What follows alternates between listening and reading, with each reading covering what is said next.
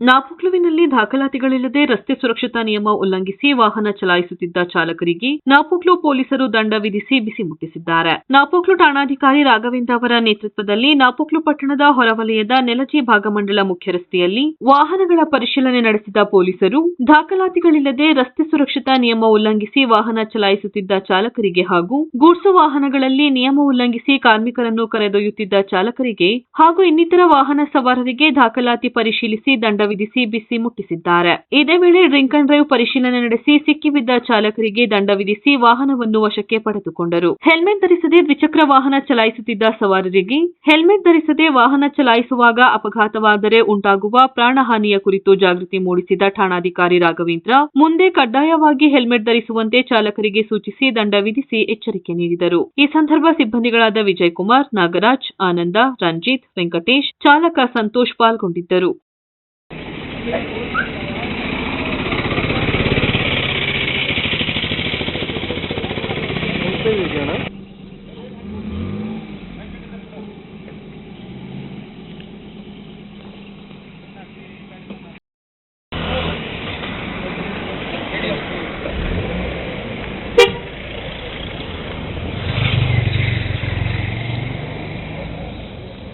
Document 22 ಕಿಲೋಮೀಟರ್ಗೆ ನನಗೆ 1 ಗಂಟೆ ಬೇಕು. 22 ಕಿಲೋಮೀಟರ್ಗೆ 1 ಗಂಟೆ. ಮನೆಯಿಂದ 8 ಗಂಟೆಗೆ ಬಿಟ್ಟರೆ 9:30 ತಲುಪೋದು.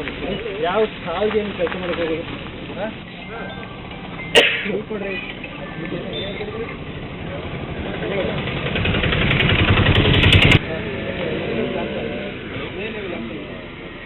ಏನು ಮಾಡೋಕ್ಕಾಗಿಲ್ಲ.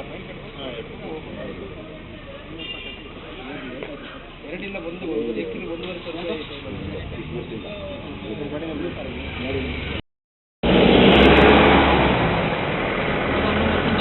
ಹೆಲ್ಮೆಟ್ ಹಾಕೋದಿಲ್ವಾ? ಏನಾದರೂ ಕೆಲಸ ಮಾಡಿದ್ರೆ ನೀವು ಹೆಲ್ಮೆಟ್ ಹಾಕೊಂಡು ಹೋಗ್ಬೇಕಂತ ಜೋಡಿ ಕಂಡುಪಡ್ಬೇಕು. ನೀವು ಹೋಗೋ ಟೈಮಲ್ಲಿ ಎಲ್ಲಾದರೂ ಈ ಥರ ತಲೆಗೆ ಬಿಡೋದಕ್ಕೆ ಬಾಡಿಯಲ್ಲಿ ಸೆನ್ಸಿಟಿವ್ ಪಾರ್ಟ್ ಅಂದರೆ ಅಲ್ವಾ? ತಲೆಗೆ ಹಿಡಿದಿದ್ರೆ ಏನು ಮಾಡ್ಕೋಬೇಕು? ಹೆಲ್ಮೆಟ್ ಹಾಕೋಬೇಕಲ್ವಾ? ಹೆಲ್ಮೆಟ್ ಹಾಕೊಂಡೆ